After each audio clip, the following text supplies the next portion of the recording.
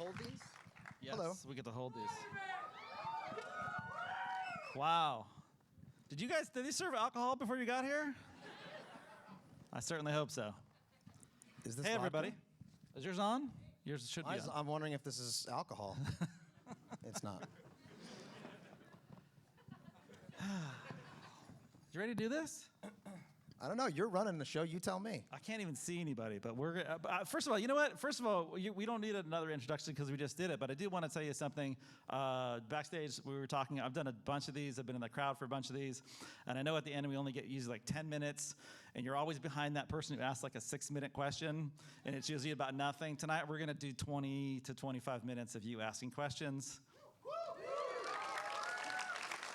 because you guys are the pro. You guys are the ultimate super fans, so you'll know the most. Look at how young these people are. I know. They were all 10, 11 years old when this show premiered. Wow. They look really good. So I just wanted to say that, so on September 25th of this year, you kicked off your 14th season of It's Always Sunny in Philadelphia.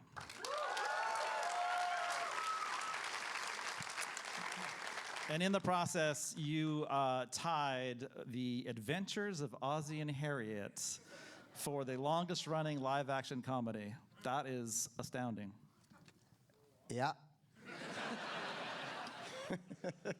So this is how it's going to go, huh? Well, I will have to say there's an asterisk next to it, but I don't want to minimize our accomplishments, but I'm going to. I think by the end of this season, we'll have 150-something episodes, and I think they did 400 or something. Well, but they would do an episode about Harriet's lipstick, one episode, and where they bought a new coffee table. That was an entire episode, and we do episodes about other things. Well, I mean, just to put it, yeah, you do, and we're going to get to what those other things are soon. They were definitely the things that you do on Sunday were definitely not on Ozzie and Harriet. There's like no way. I don't know that that's. I think they actually did Did they do a pedophile series on Ozzie and Harriet? I haven't seen all 435 episodes, so have you? No, I barely know the show. So, but just to put that in perspective for everybody, for history, it's a huge fucking achievement. If you just go all the way back to the history of television, they just passed it. They might have done different episode counts, but 14 seasons and counting, by the way, is totally amazing. If you put it in perspective, you've passed MASH, Seinfeld, Friends, Cosby. I think you touched on some Cosby episodes. Yeah, I'm not going to go anywhere near that one, Tim. That's you. Those are some TV shows that were on, and then they got canceled or whatever, and then we just kind of kept going. No, those are some of my favorite shows. Those are the shows that I grew up on. Those are the shows that those are the people that I spent time with, and that was always something that was really important to us to create a show. When people come up to me and they say things like they love the show, one of the things that I hear most often is that I and the people on the show remind them of their friends, which is somewhat psychotic. But I get what they're saying, that they love spending time with us, and I just remember loving spending time with all the characters from that show. Yeah, I just wanted to put it before we got deep into process and questions and things from everybody else. Just the perspective, it's you can't undersell it. As a TV critic who's done this for a really long time, it's really amazing what you guys have done. And even in your 13th season, which was last year, you guys were averaging 3 million.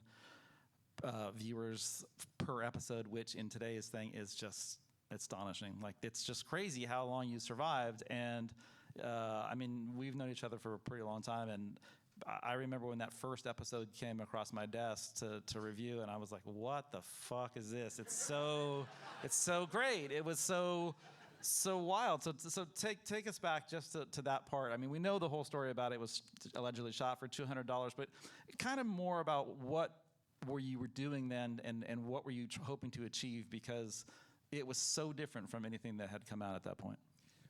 Mostly, I just didn't want to wait tables anymore, and that is really what I was doing, and continued to do all through the pilot process, and then even the first season of Sunny.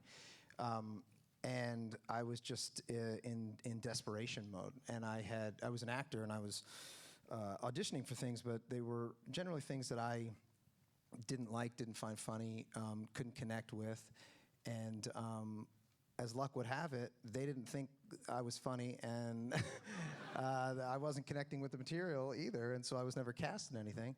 And so I guess I was just complaining enough to where my agent at the time said, well, then why don't you do something better, and why don't you write something? So that's when I started to write. Yeah, and I don't know if you remember. Do you remember that year, the other comedy that was on at the same time on FX? Do you remember it? The first season of Sunny? I remember everything, Tim. That was a show called Starved. Yes. It was a show about eating disorders. For men. Yeah, comedy about eating disorders. I guess it didn't really play. Which at the time FX thought was going to be, because they had a bigger star in it, and they thought maybe that was going to be the one that was went. the one. Yeah, they put us on after that. Yeah. And they were the lead-in. They were the lead-in. Throwing up was yes. the lead-in to you. And that was on. They didn't advertise it at all, and I think it was on at 10:30 on like a Thursday night or something like that on channel. I still don't know what channel FX is. I don't know what it is up here. It's and different channels. I remember getting a call saying, they're just not watching it, and we were like, yeah, no shit. You're not advertising it. You got to advertise it. Yeah. And they said, well, we think we want to bring on someone with some cachet because we're not going to spend the money to market it. They were a small network, and we were really their second comedy after Starved, which was the name of the show. And for real. And Starved didn't make it to 14 seasons. Just Starved did not make it. Don't look it up. No, so John Landgraf, the champion of Sunny, the president and CEO and the boss, he said, I want to pick your show up for a second season, but we want to bring somebody on with some name value, some cachet that we can publicize because we don't have the money to spend in marketing. And we were like, well, who would that be? And he's like, well, someone with maybe like a movie star, someone with a name. And we said, no, we don't want to do that. And he was like, all right, cool, so then you don't have a TV show. And we were like, let's do it. Who do you got?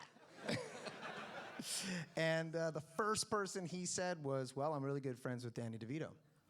And I said, oh, that actually kind of makes some sense. And so he says, why don't you go and talk to Danny, and I'll send him the episodes. So I go over to Danny's house, and it's the first time I've met him. And of course, he opens the door, and it's Danny DeVito, and so somebody you've been watching since you're a little kid. And he's like, hey, come on in, and a young girl comes up and she says, oh, hey, I just watched your show with my dad. It's really funny. I loved it. And she left, and that was his daughter, Lucy, who at the time was probably 15. And then I knew we had him. I knew we had him, because once you get the kids, that's how you get the adults, the parents. And he sat down and he said, okay, so what's the character? And we had no character. We hadn't talked about it at all. We were waiting for him to say yes or no before we actually even really discussed it. So I made something up on the spot.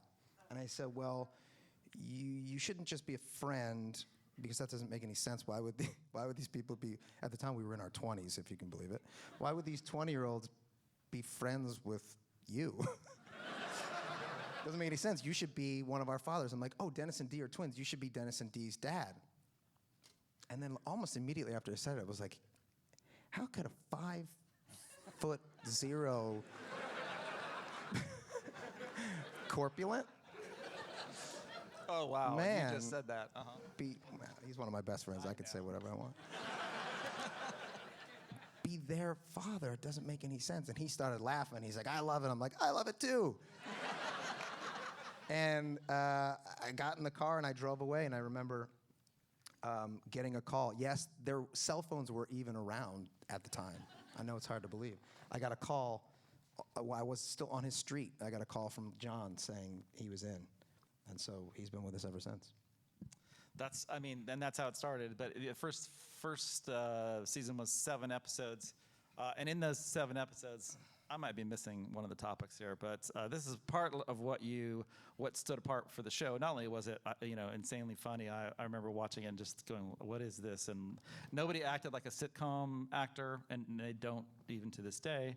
But you tackled racism, AIDS, pedophilia, incest, alcoholism, abortion, guns, homosexuality, sexual identity, and, by the way, in the first episode of this season, and I quote, violent Euro ass play. That's right. Yeah, I mean, honestly, I remember talking to somebody who was working on an ABC show at the time, and they said that they had pitched some kind of line. It was a drama, and the line was something about an abortion, and it wasn't played for comedic effect at all. And the standards note that came down from ABC was you cannot say the word abortion on network television. In what context? No context. You cannot say the word abortion on network television. To me, that seemed way more offensive than anything that we were ever going to be able to do on our show. The fact that this is such a massive part of Western culture, American conversation that we're having, whether you're on either side of that particular issue, the fact that you can't even say the word in any context just seemed like bullshit to us. So we just decided we wanted to go 1,000 miles in the other direction.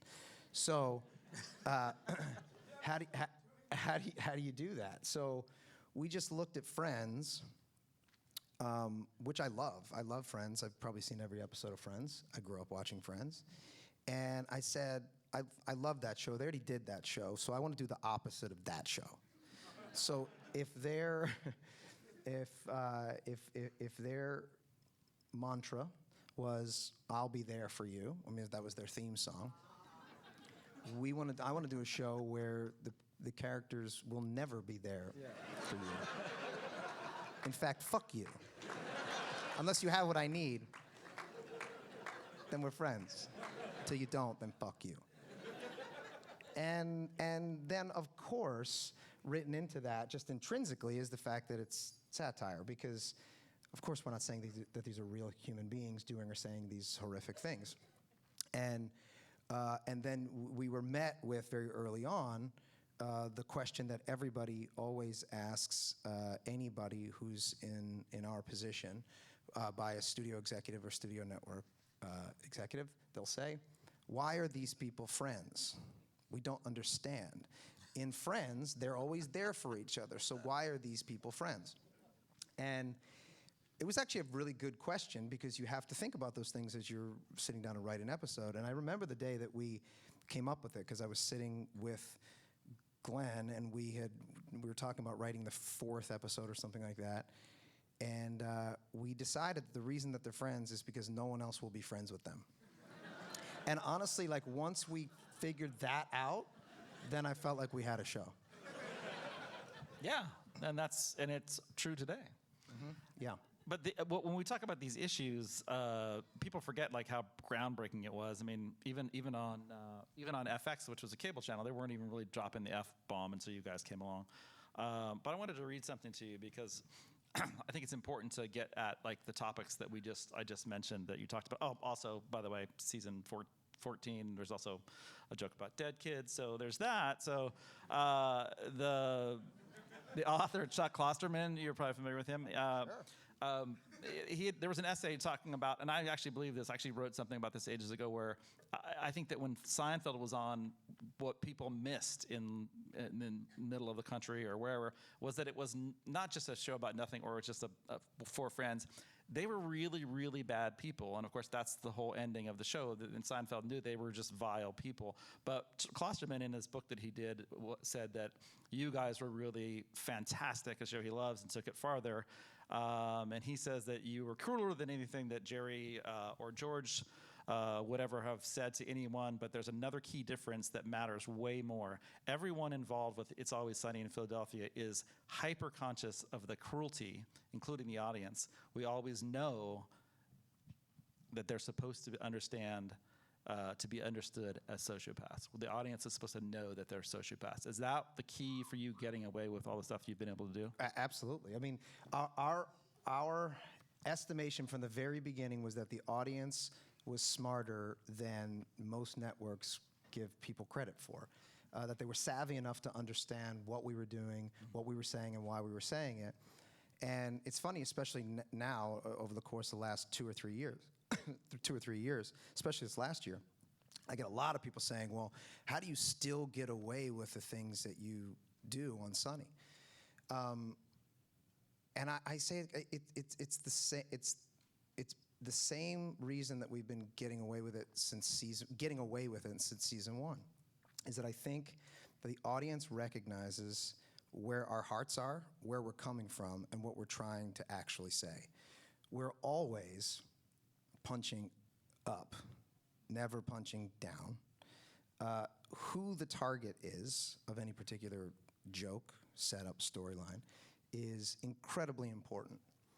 And we always strive to make sure that the butt of said joke, who we're punching, is either a person and or a structure in power, i.e. not the traditionally oppressed, but the oppressors themselves, or just oppression in general. And then, I think most importantly, where we have failed, and we have failed so many times, and I look back on some of those early episodes now, as a 42-year-old man, and realize, oh, wow, we were wrong. I was wrong. Now, regardless of where my heart was at the time, because of lack of understanding, ignorance, even sometimes a lack of empathy, we used derogatory language that I didn't necessarily understand to be derogatory at the time. That doesn't make it any better. It doesn't make that person who's watching the show now in 2019, especially if they look back and say, well, this is my favorite show, and I went back and I see in 2009 they were doing something that was incredibly cruel and made me feel bad. And that hurts. I assumed that would hurt people, and that was never our intention at the time. And so what we try to do is retroactively ameliorate those things. And that's one of the benefits of being on for 14 years, is that you can look back to some of those things without pandering, because that's a really important thing. We don't pull punches. We just make sure that the recipient of those punches deserve it, right, in our estimation. Right. And those who don't, we try to do our best to fix. At the end of the day, we're never going to be able to make everybody happy, but I think ultimately what I think the audience recognizes, but more importantly what we recognize as we look at ourselves in the mirror every day, is that we're trying to fight on the side of the good, the righteous, and ultimately, I know this sounds weird, the wholesome. So 14th season, you're still hitting it. I mean, that's the thing that's surprising, and I think there's a lot of other critics who've talked about this, is that consistency is insanely hard to do for any show year to year. Most shows don't ever even go, if they're any good or considered great, like no more than 5 seasons, because then they flame out unless it's a animated series. Part of your longevity is due to what, and why are you still able to come out on your 14th season and have shows like this?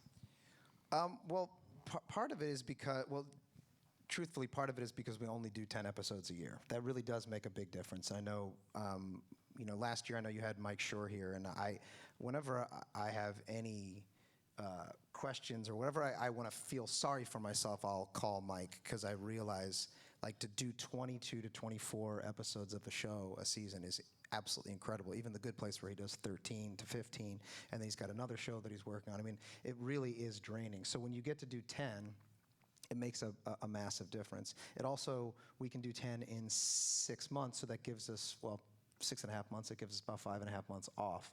So we're completely free then to do whatever we want. And because we're writing the show and also acting on the show, you don't get to take an episode off, because you know that ultimately if you go half-assed in the writer's room, then you're going to go half-assed on set, and then that's you looking like an idiot. And because we're towing the line of and really swimming in some dangerous waters potentially, we have to make sure we get it right, because it really is important to us. It truly is important to us to not be offensive. We don't want to be an offensive show. And I when I say this, I'm not exaggerating. In 14 years, we have never had one real or like legitimate complaint about the show from any organization that I would ever care about.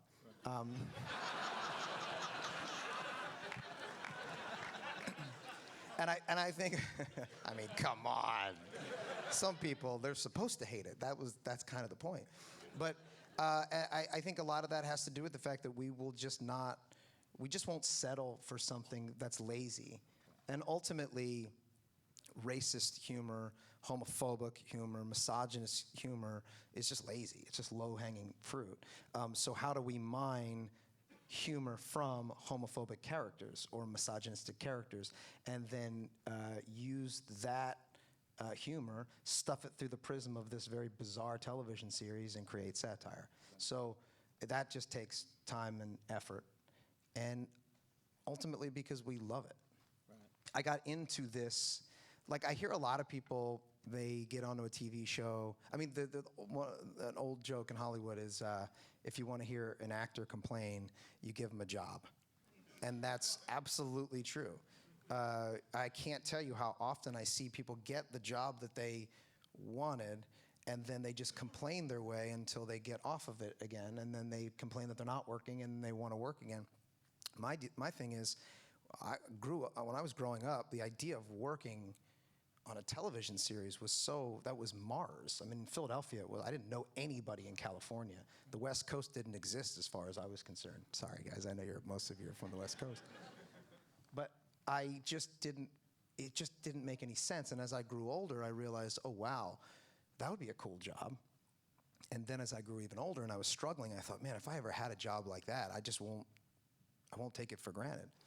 And so every day we come into work. Doesn't mean it's not a grind. Doesn't mean that some days I don't want to do it, or some days I get so frustrated I want to stop. But I swear that every morning I wake back up and I just cannot believe how fortunate I am, how fortunate we are that we found each other, that we work so well together, that we all love each other, we all got married to each other, we all have kids with each other, we spend weekends with each other, and that's just so unbelievably rare. And then you have people like Danny who've had an entire career before, and he would just constantly say to us, hold on to this for as long as you can, because you think it's going to keep happening over and over again, and it just doesn't.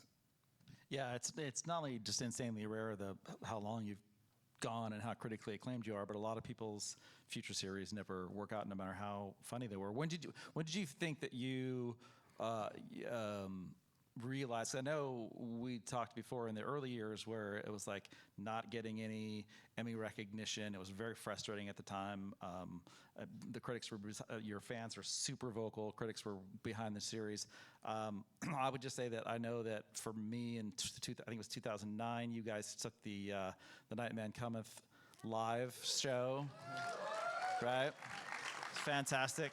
I think you did six cities. You came to San Francisco. I was at that show, and you can wonder how big a show is, or how big the fan base, or how rabid they are. But until you see it, and I don't know if we talked about it then, but that blew me away. I was like, holy shit, this is way bigger than anybody thinks it was. So were you realizing we're not just this little show on a cable? That was the exact time, because again, we've been around for so long.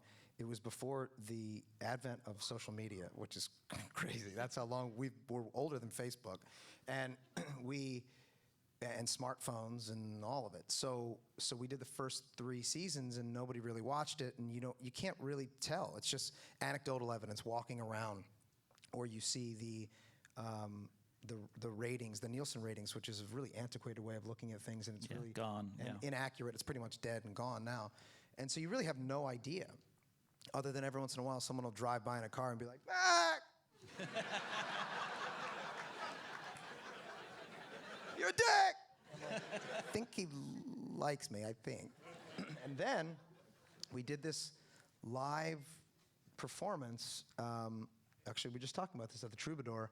in Los Angeles, and which is a very small theater in LA. We had the sets up, and we just thought, well, let's just see what happens. And we went out there, and people were, they were reciting. We thought maybe people would sing the songs, but they were reciting the episodes. So we just reenacted the entire episode, and people were mouthing or screaming the lines line by line by line by line for all 24 minutes. And we thought, wow, this is bigger than we thought. I don't know if it was like big like scale-wise, but it just felt like the love that people seem to have for these psychopaths was hitting into something, yeah. No, it was huge. I mean, it was kind of like, I mean, the only thing I could think of at the time was it was more of like a modern day Rocky Horror where the crowd was clearly into it. And I think then people started to take notice that like it's bigger. And that was right about the time I think that FX was getting the, you mentioned Nielsen's. Nielsen's used to never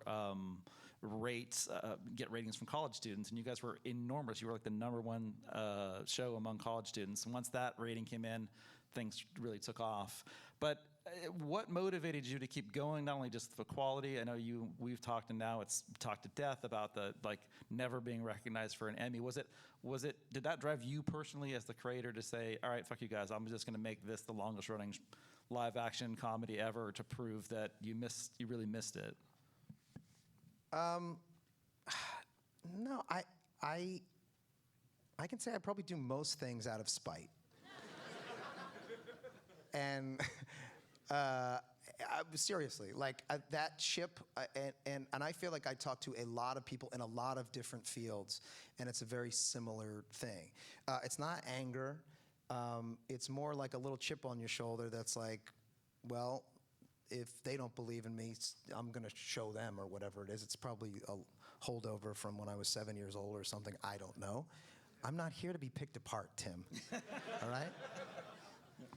But I'll say that the Emmy thing or the awards thing, that went away a long time ago. We went away. We sort of went from this show that no one had ever heard of to, oh, that show's still on, in 1 year. It was literally like, what show, what show, what show, what show, what show, what show? Oh, that show's been on forever. Mm-hmm. And so we never really took, I mean, I never really took umbrage with the fact that we didn't get any awards necessarily, but it felt frustrating that the industry didn't recognize it. Even just the studios. Like, I remember my wife did another show for Fox called The Mick, and yeah, and I shit you not. I'm gonna use some foul language right now. I was at a taping one of the days of production. Now, the guys that created that show, they worked for me on Sunny. One of them was originally my... What's that? Scott Rosell and I'll do the interview. I'll fill you in. Dave Chernin and John Chernin, Smarty Pants. And anyway, they worked for me on Sunny. Then they created this. Let me tell the story, you know? You know what? You want to tell the story? You come up. And I'm sorry. Thank you for caring so much. I appreciate it. And Caitlin does something so funny, of course, because she's one of the funniest people on the planet. And everybody's laughing. She's not here, so it doesn't matter. I'll let her know. 4 people said woo and clap. And she said something really funny. You know, everybody was laughing, going crazy. And I turned, and the network executive that was next to me is laughing. And she turns to the person next to her, and she says, "Oh, my God, I'm so glad we found her." And I was like, what? She's like, what? I was like, what did you say? She's like, oh, well, she's just like a revelation, just a revelation. I'm like, no, she's not. You know, she's not a revelation. She's actually really old. And she's been doing this thing on my show that you've never seen before for like 10 years.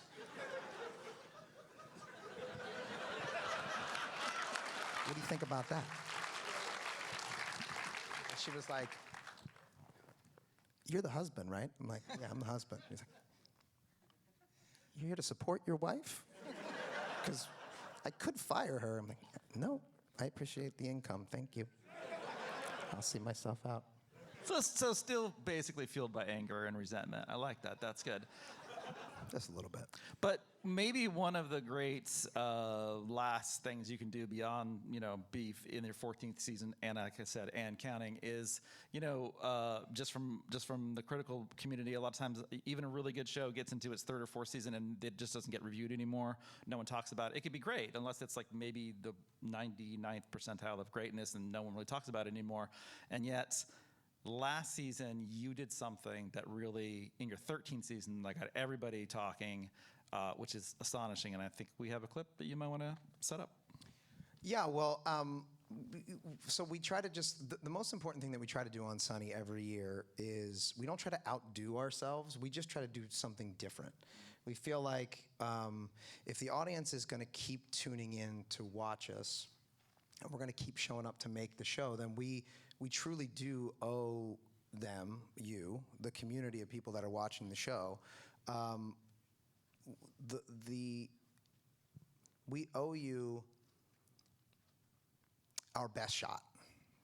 So we're going to come in there no matter what, and we're going to swing for the fences every single day because we don't take it for granted. We know, especially now, there's so many things that you can be watching, and if we're going to stay relevant, and it's not relevance desperate for wanting attention or audience. It's creative relevance. It's still feeling like we deserve to be in the same night of watching as some of the great comedies that are still out there. Fleabag. I mean, I watch Fleabag. I'm like, well, I should quit, right? I mean, who's doing anything like that, right? And so you watch those kinds of shows, and some people get depressed, and I just get energized. I'm like, if people are out there like her doing that kind of show, then we need to elevate what we're doing.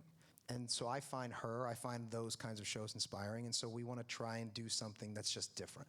So we're the same kind of show that can do a bunch of dick and ball jokes, and a show that can do the scene you just saw, and then a show that can do something like this. So I don't know if everybody's familiar, but my character finally came out of the closet as a homosexual 2 years ago, but he's never told his father, so he decided that he wanted to tell his father. So this whole episode is as Frank trying to convince me to dance. I forgot the episode.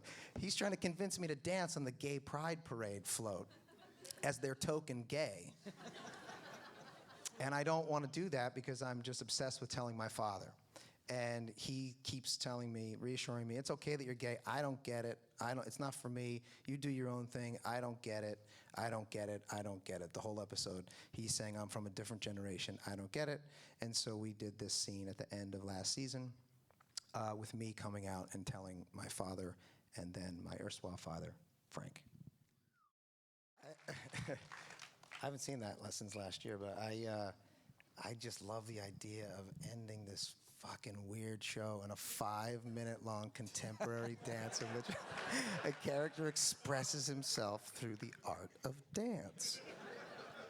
It was insanely out of nowhere, and again, the critical reaction was amazing. I think Twitter just blew up.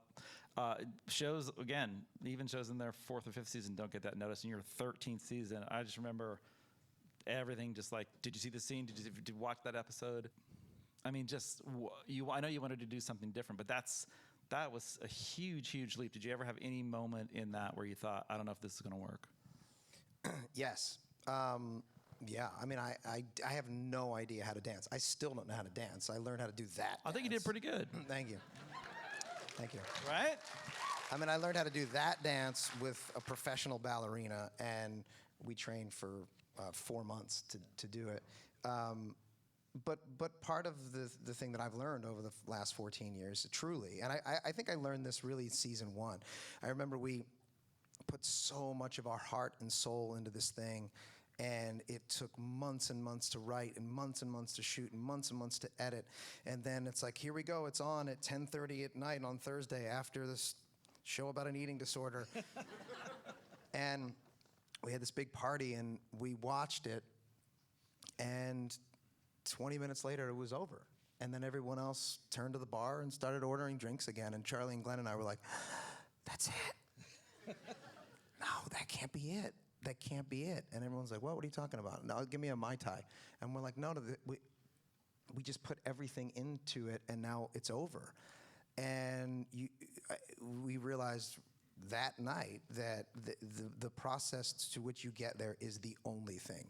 That's the people you're spending time with, which is the only thing we really have, is the time we spend with each other. Whether it's in that writer's room, whether it's in that soundstage, or it's in the post facility, that is the show. This is just a representation of it. So if you're not enjoying that all the way through, then you really are wasting your life, because this doesn't mean anything to me anymore. What means something was getting to there. So when I do something like that, the process through which we got to that was way more enjoyable to me than watching it, if that makes any sense. Yeah. So I look for those kinds of opportunities. One season I gained a whole bunch of weight, and that was and I was way funnier then. That's for damn sure. In fact, when I was getting into this shape for this year, we had a chin-up bar in the writer's room as opposed to the cases of donuts that I had that particular season. And I remember at one point I was doing chin-ups or some other obnoxious thing, and Charlie doesn't say anything. He's just walking by into the kitchen as I'm going like 1, 2, and he's walking by and he just goes, less funny, less funny. Less funny, less funny. And he was dead right. Well, it was a creative leap. I know this crowd's going to have questions, but on specific episodes, themes, things that I could touch on. But I did want to talk about you have a new show coming out. Everybody knows that, right?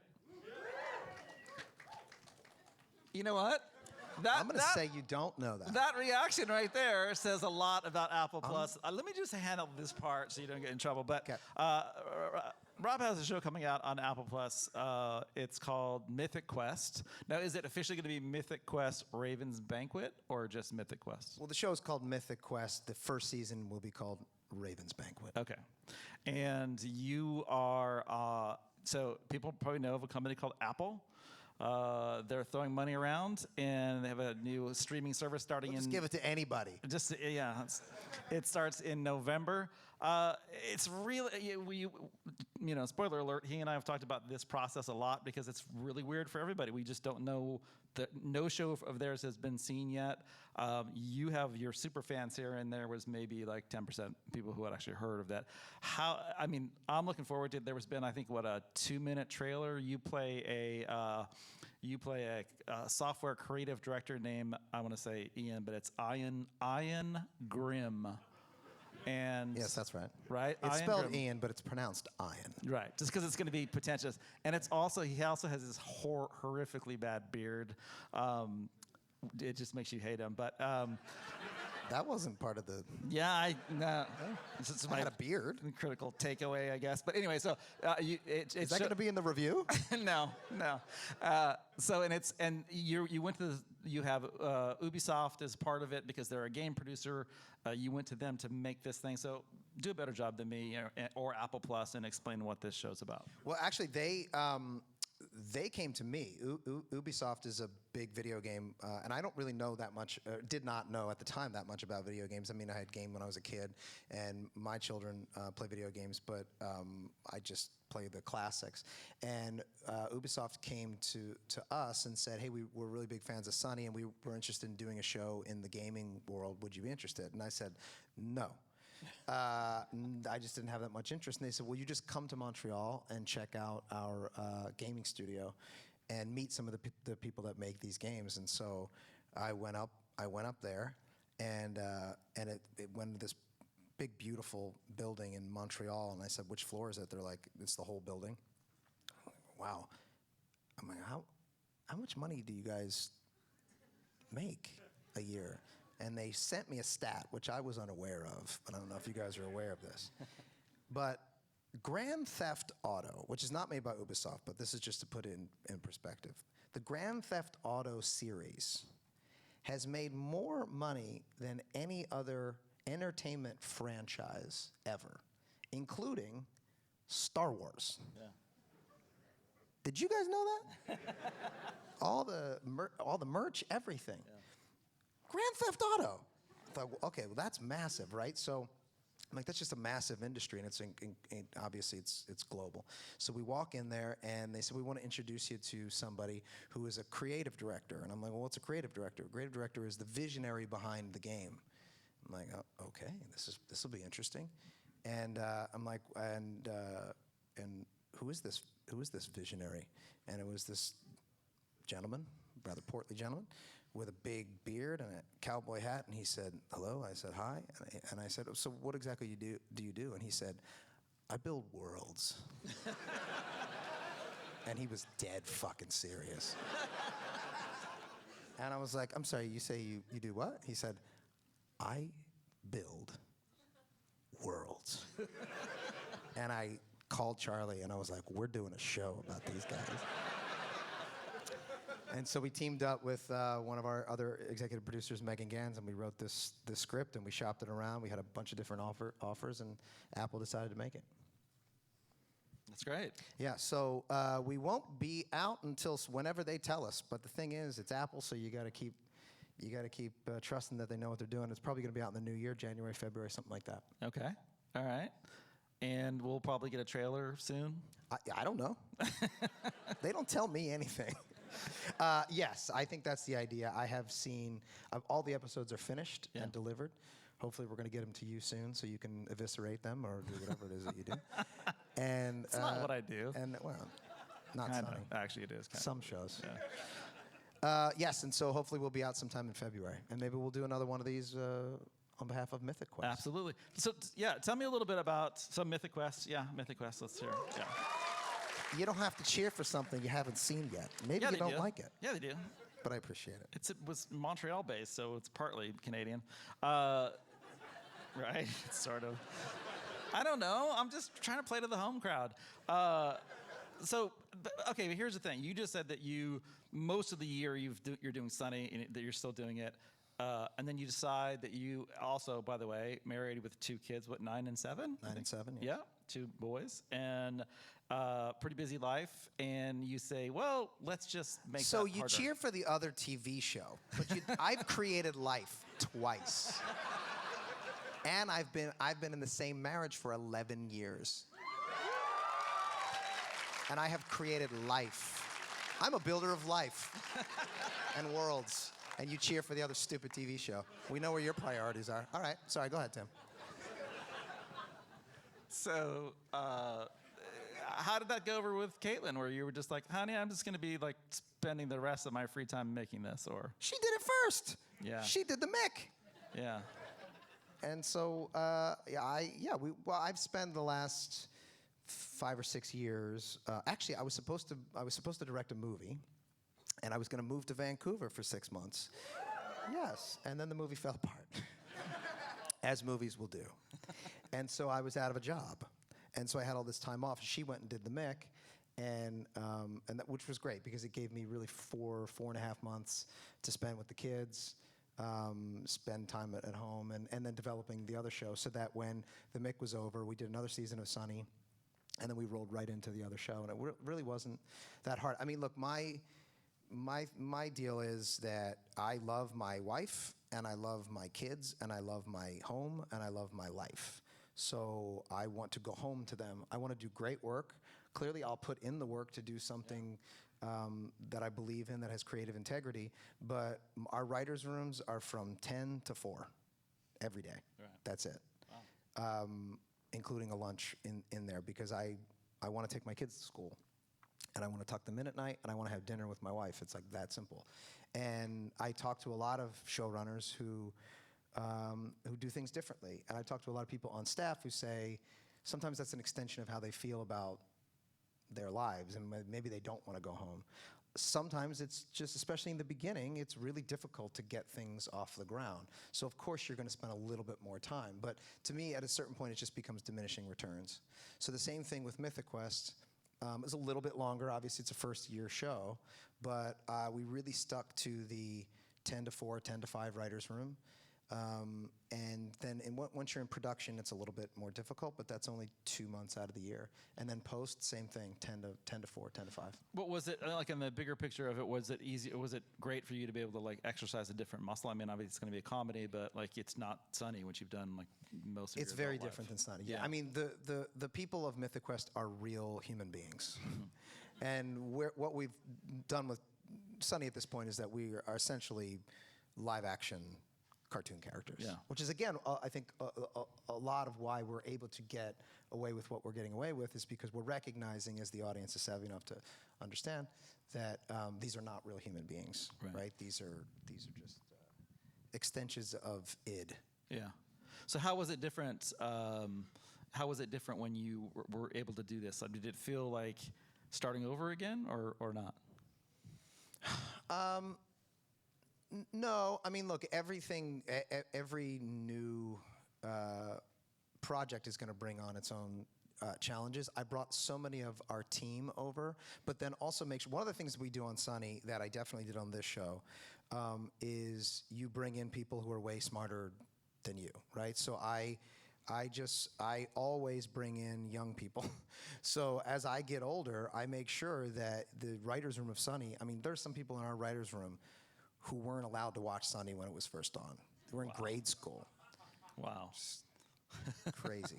But I do that on purpose because I want to make sure that we're staying in touch with what young people are talking about. And I'm not arrogant enough to believe that I understand everything from every perspective. And so we try to diversify the room as much as we possibly can. And I'll turn to people all day long and say, tell me what's funny. Yeah.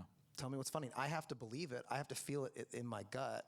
I have to be ultimately the barometer of what gets in and what doesn't get in, but I give everybody a shot to plead their case. Mm-hmm. And so with Mythic Quest, because the characters are real human beings and because we're bringing a certain amount of pathos to it that we don't usually bring to Sunny, we did in one particular scene in season 13, we're bringing something completely different, then I have to trust some new people to come in and say, yeah, I know that this worked on your other show, but this isn't your other show, and this is what I think you're trying to do. Let me help you get there. Oh, okay. And I'm assuming they're not sociopaths. Well, that's the thing about sociopaths. You don't really know, do you? You don't really know. Yeah. I don't think so. Okay. I don't think so. I mean, I kind of try to take this same approach to the work on Mythic Quest as we do with Sunny, which is we're there to do a job. We respect that job. We love that job. It's what pays our bills. There are millions of people who love our show. There are hundreds of thousands of people who would love to do what we do. I used to be one of them. And I don't take that for granted either. And I consider myself lucky to do it. So I'm going to approach every single minute with that respect. And then it just becomes fun. And we think January or February it's going to come out. I'd stop pressing me. I think it's February. Okay, I think it's February. I'll call Tim Cook. Yeah. Okay, so I was looking around for somebody to see who was going to give me the signal it's time to talk. So we're going to take questions from the audience now. So I'm sure you've got tons of Sunny ones. So there's microphones going around. Where's a microphone person? So, okay, pick somebody on the right and go with that person. Right? Yeah, that person with the hand up over there. Another mic over here. Hi, one of my favorite episodes was the first one from season 12 where the gang turns black. Great musical number. 2 quick questions. Did you do your own singing? And I think our prime minister may not get reelected because he had a picture of him in a blackface turn up about a week ago, and I wondered, did you have any hesitancy about having the gang turn black? No. I don't plan to run for office anytime soon. No, because of everything aforementioned. I mean, it's obviously a delicate episode, and one of the most important things to us in that particular episode which was it was probably one of the most devastating things of the episode, if you remember, in the end, when we do turn back and the cop comes and finds us at the end. And I won't give it away for anybody who hasn't seen it, but it's a fairly devastating ending. And it doesn't work without that, because if you're not really saying something that has any kind of social value, then you're just doing the joke, and the joke is white people turn black, which is lame.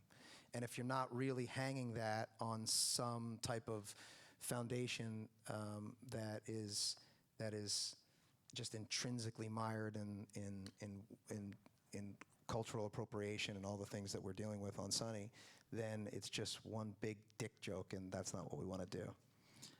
Okay, I'm using dick as a metaphor in that case. Dick metaphors. Okay, there's there a microphone person on the right there? Okay, how about this gentleman in the green over here, and then somebody up front. I can't really see, so. There you go. Good run. I'm wondering, when you were first writing, like It's Always Sunny, the first episode, how hard was it for you to really find an audience that responded? How hard was it to get that pilot, that idea off the ground in your very first steps? So I knew, first of all, I wrote it very quickly because I just wrote it in one day, really fast. And then I knew that no one would find it funny except for Glenn and Charlie. And I thought, you guys could play these two people. And so I brought it to them, and they said, oh, wow, this is really fucked up. I said, I know. And they said, it's really funny. I said, yeah, maybe we should just shoot it. So that's when we got some camcorders. I mean, truly the technology that you have in your phone right now, no joke, is better. The camera is better than the camera we shot the first 5 seasons of Sunny. 5 seasons. There are more Ks, 3K, 4K, 6Ks in your camera than we had. I think we had like Ls or something in our cameras. I mean, they were garbage. So we just learned how to use basic editing software, and then we shot the first one, and it was bad, really bad. And I didn't even play myself. I had another actor playing me, who's David Hornsby, who actually plays cricket on the show. He's one of our executive producers. By the way, he's also in Mythic Quest next February. Yeah, keep cheering for that show you haven't seen yet. And, it's called Mythic Quest, right? On Apple Mythic Quest, Plus? Raven's Right. Banquet. And so we realized that it was bad. So then we shot it again.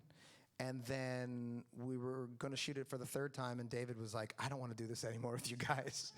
And so he left, and then I played myself. And then by the 3rd time we shot it, we thought, well, this is actually pretty good. And then that's what we started showing people. But by that point, then we shot a 2nd episode, or a 2nd short film, and when we realized maybe this could be a TV show. But it took a lot of iteration to get there. And then once we had that, I think people understood what we were going for, and we had a bunch of offers for that first one, but not the first time out, the 5th or 6th. Question over there to the right.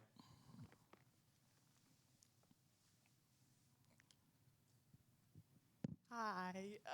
I just first wanted to say you're a great inspiration and role model, and I just wanted to thank you for that. First, my question was that I'm on the SFU wrestling team, and I was totally blown away by your weight cut and when you gained all that weight and cut all that. And I just wanted to know, like, what's the secret to your self-discipline? Like, how have you done that? A little bit of protein in my fight milk. It's funny the stuff that catches on, like fight milk, because it makes you fight like a crow, is the dumbest thing. Why do you think that's funny? It's not that funny. I see these guys they're all wearing T-shirts. Okay, wait a second. Now I'm understanding something. I was told that there was a bunch of Eagles fans in the audience. Now, the Eagles are I'm from Philadelphia. The Philadelphia Eagles are the football franchise there. And I heard, it's the Eagles, a bunch of Eagles. Oh, there are some Eagles, but there's 2. Oh, there's 3. I think, or were you talking about the crows? Because the fight milk there's like, Jesus Christ, there's 30 deep. Are we gonna get into a fight? Yeah. Are you guys rumbling? Wow. Look at that's that. The game company. Wow. So, I'm sorry. An answer to your question. Yes. So first of all, I have an incredibly fast metabolism, which is helpful to lose the weight, but to gain it was difficult. I tried to do it the healthy way originally, if there is a healthy way to put on 60 pounds. And I went to a nutritionist and I was like, okay, what do I gotta do? And she was like, no problem. You're gonna eat 3 chicken breasts and 4 cups of rice and 4 cups of vegetables. And I was like, okay, when? And she's like, 6-7 times a day. I was like, okay. And what's the other option? She's like, 2 Big Macs. I'm like, what else? And she's like, that's it. You eat 2 Big Macs a day, 6 times a day, you're gonna get fat. So what I wound up doing was, obviously I couldn't do that because I didn't want my liver to explode, but I started drinking ice cream. So I would just take a carton of ice cream and I would just put it outside in the sun and it would melt. And it turns out, if you drink ice cream and you eat Big Macs, you're gonna get fat. And that's what I did. And I put on about 60 pounds. And then to lose it all, I stopped. I just stopped eating ice cream. Wow. Okay, you could have just been a TV critic. It would have come naturally. Okay, there's a gentleman over here, and then in the front too. So pick amongst yourselves. I'm the guy. Hello, can you hear me? I'm the one that you said, yeah, it was John and Dave Cherry, and I made a mistake. I thought the Mick was Scott Martyr and Rob Rosell that did it with her. I'm glad we cleared that up. Okay. No, I have a question. My question is, don't you believe when I go through the writing, I own all the DVDs, like 6 T-shirts, watch Charlie Day and Fist Fight 1,000 times, point of the story. Scott Martin and Roy Brazel, Hornsby important himself. Of course, your own self with the writing, Glenn, Charlie. But Scott Martin and Rob Brazel, the gang wrestles for the troops, like that's just one example. Yes. They are writers to me, on the show. they were like almost the voice of the show. Okay, so just one last thing. I've heard Glenn before say in the commentary, David Hornsby's a part of our show. He's a producer, but he's not as funny as us. And he said it in jest. But what I'm saying is, I believe Martin and Rosell were.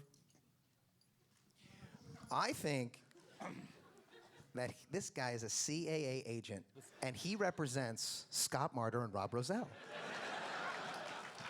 No, you're dead right. So Scott Martyr and Rob Rosell were both writers on Sunny, and they came on season 2 or season 3. A lot of work, right? Absolutely, they put in a lot of work, and they and really in a lot of ways started as we were trying to find like the weird voice of the show. If you notice, like first and second season, it was what it was, but then we started to get in some like real weird stuff. Season 3.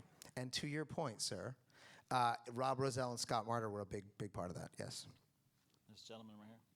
For a 20-odd minute episode, how many pages do you write and shoot worth? We used to make the mistake of doing about 31 or 32 pages, and we decided that was a big mistake. We now will not shoot a draft that's any more than 24 pages. And we find that even that, we still wind up cutting a lot of stuff in post, but it still gives us an opportunity to kind of play on the day. Nice. Right here in the front, to your right. Hi, I'm a huge fan. Thanks for coming out to Vancouver today.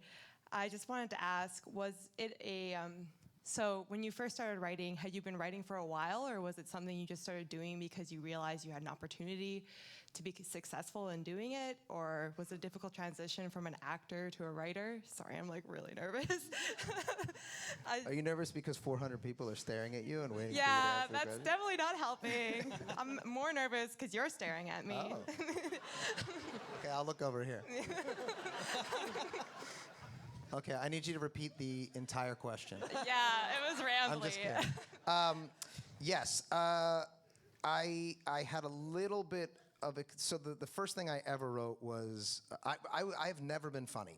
I've never considered myself funny. I was not the funny person in high school. I have friends right now that I grew up with that are 10 times funnier than me, that I'm always begging to come move to LA and work in writers' rooms. It was just never my path. I was never the clown, none of that. So even when I first started acting and I wasn't getting those jobs, it's probably because I wasn't a very good actor and also because I wasn't that funny. So I started writing drama. So my first script that I literally went out and got the Sid Field book, do you know Sid Field, screenwriting, and the William Goldman books, and I just started to try to understand structure. And I started just writing drama.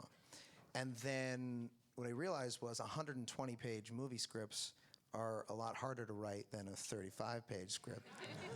But really, that was born out of wanting to make something. So I was I wrote a script and I wound up optioning it, and this director, Paul Schrader, do you know Paul Schrader?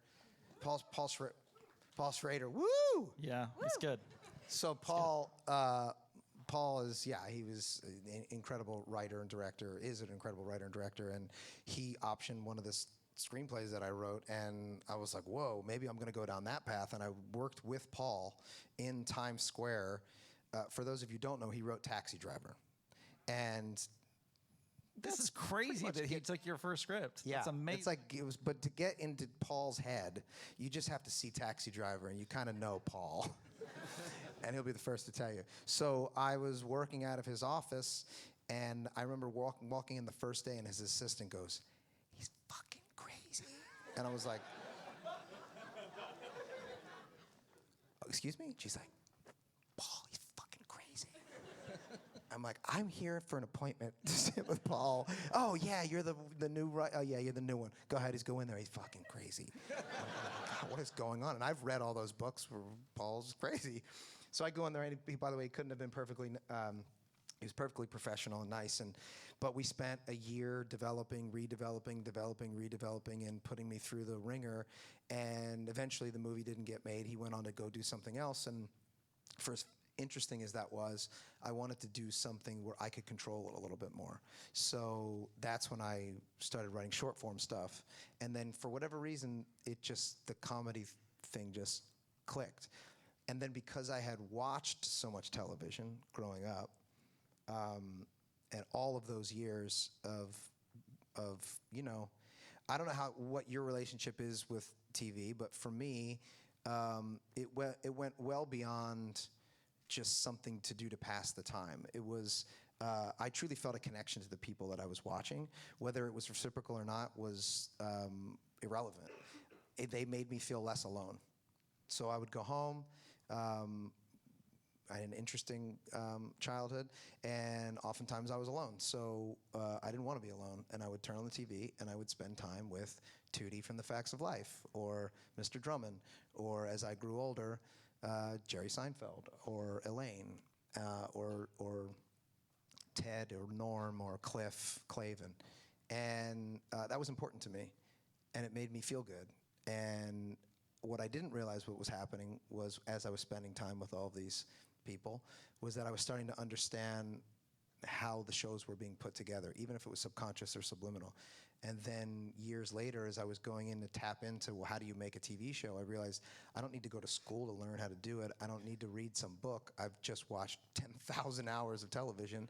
Why don't I just try and do what I've already seen? So basically, I ripped off Seinfeld. Thanks so much. I feel you, man.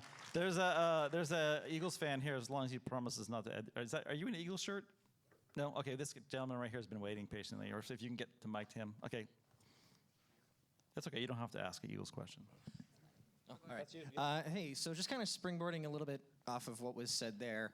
As someone who's done, writing, directing, acting, and all that stuff, and I'm sure myself included, half the fucking people here are probably actors because it's Vancouver.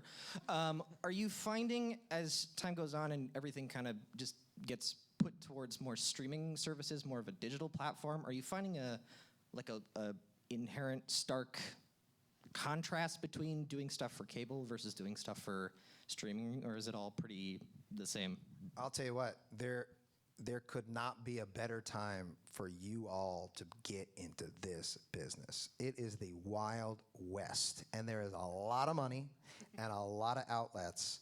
So what they need, how many new shows were there last year? 487, I think. 487 shows. And people hear that, critics hear that, they get overwhelmed, which I understand because that's a lot of TV to watch. But for people like you, this is an opportunity. What they're looking for are new voices, fresh voices. They want young people, old people, any people, people from diverse and different backgrounds, cultures. They want people coming in and telling stories they haven't heard before. And look at the best stories of last year, the best television of last year from such a rich fabric of different culture and different people. And goddamn, I mean, for every time I think, well, I've kind of seen what you can do in TV, you see another, and it's not a show that does it, it's people that do it. So you see people come in and they do things that are just, you know, in some ways miraculous, because how can you take a 20-minute short form drama or comedy piece and still make it feel different, even though I've been watching TV for the last 40 years? Absolutely. If you haven't seen This Way Up, it's on Hulu. They bought it from Britain and Ireland. There's an actress named Aisling B. She's fucking amazing. It's kind of like the new Fleabag. There's a tattooed gentleman right over here. Love your tats. You're next. Yeah.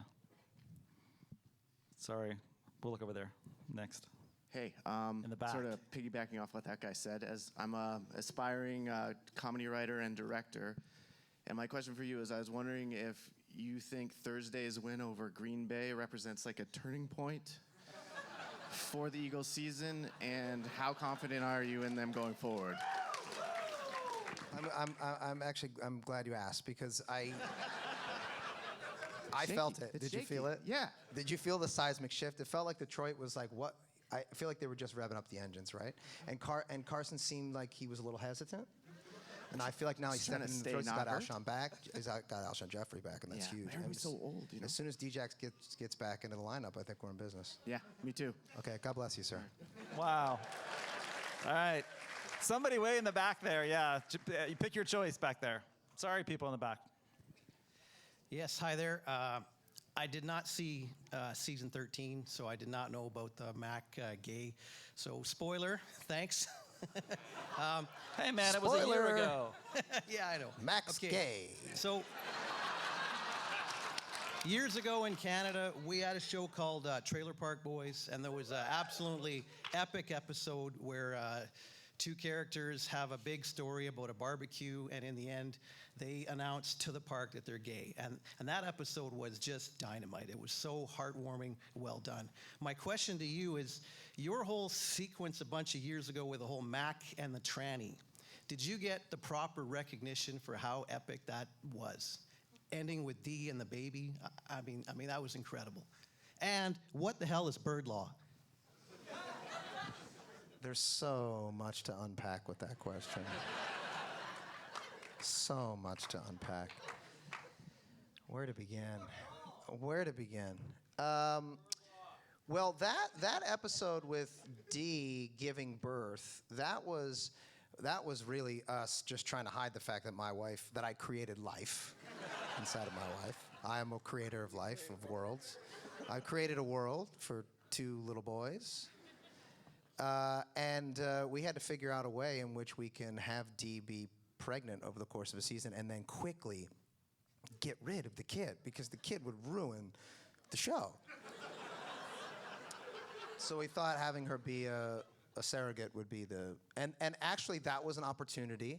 I'm glad you brought it up. That was an opportunity for us to write what we now recognize was just an insensitive way to handle a particular character, and what's the way in which we can bring her back and address it in a way that doesn't feel like that we're pandering, but makes it clear whose side we're on.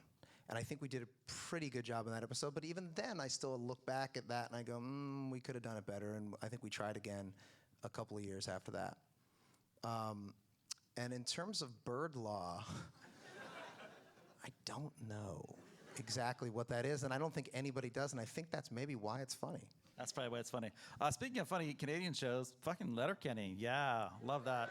Okay, so how about in honor of Caitlin, because she's not here, there's so many dudes. How about a woman answer a question? Can you believe it?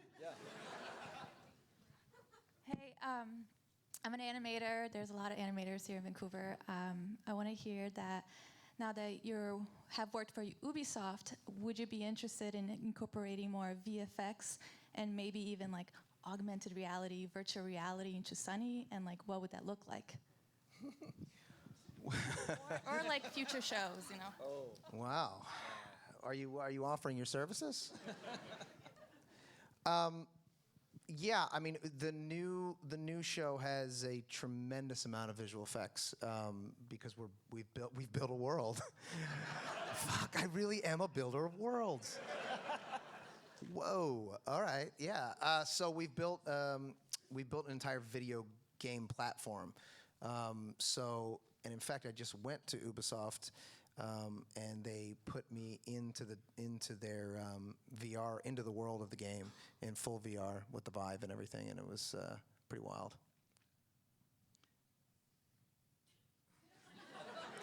Anybody? Did you want me to say something else? I just thought you were going to do something about building worlds. Somebody in the I'll middle. close with that. Somebody in the middle. I don't know. We never got anybody in the middle, and they always get left out.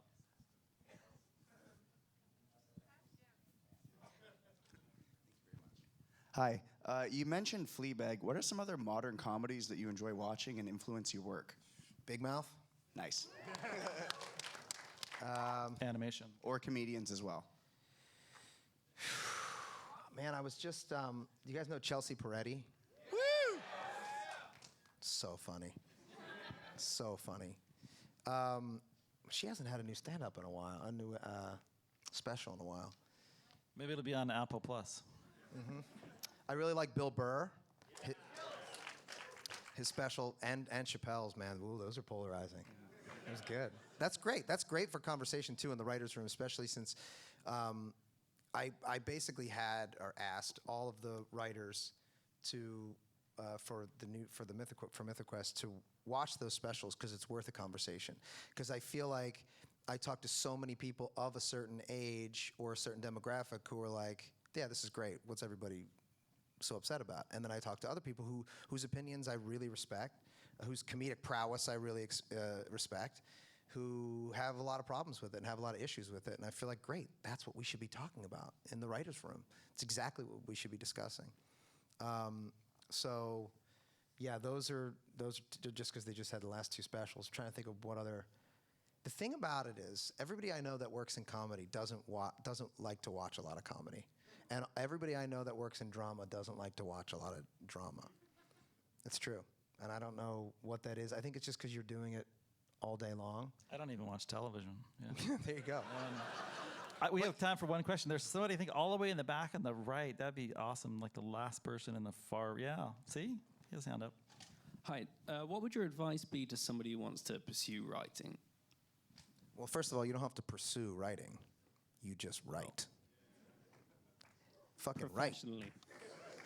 And wake up and write, and then do it all day, and then go to bed and write. And then most likely, it's going to be garbage. So throw it out, and then start over, and then make it better, and then do it again. Write some more. But most importantly, if your intention is, I'm assuming you don't mean novellas, you want to write for film and television? Yeah, then make it.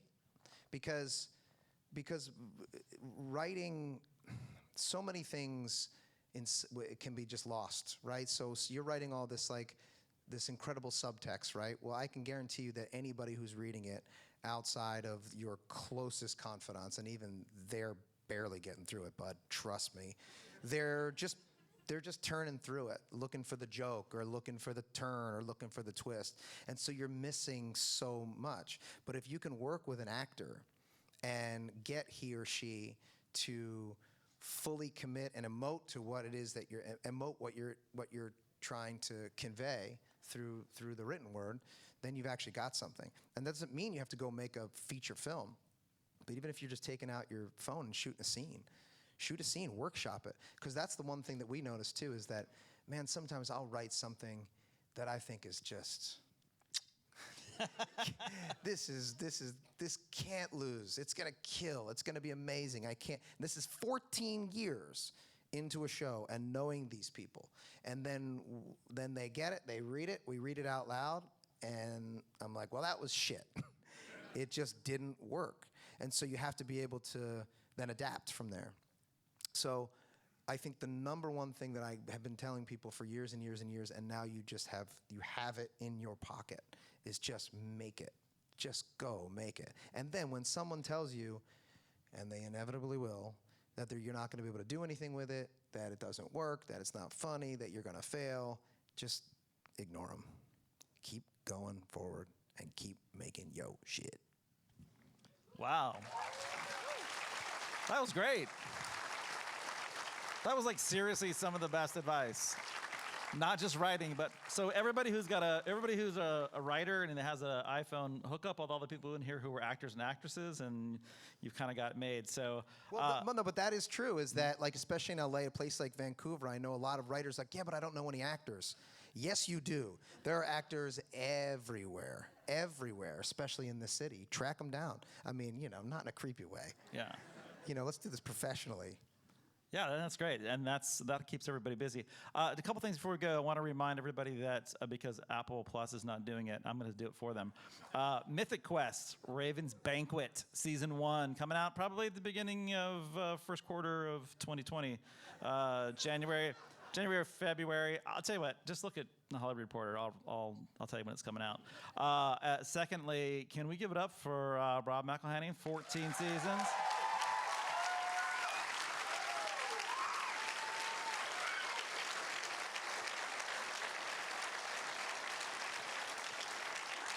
Thank you.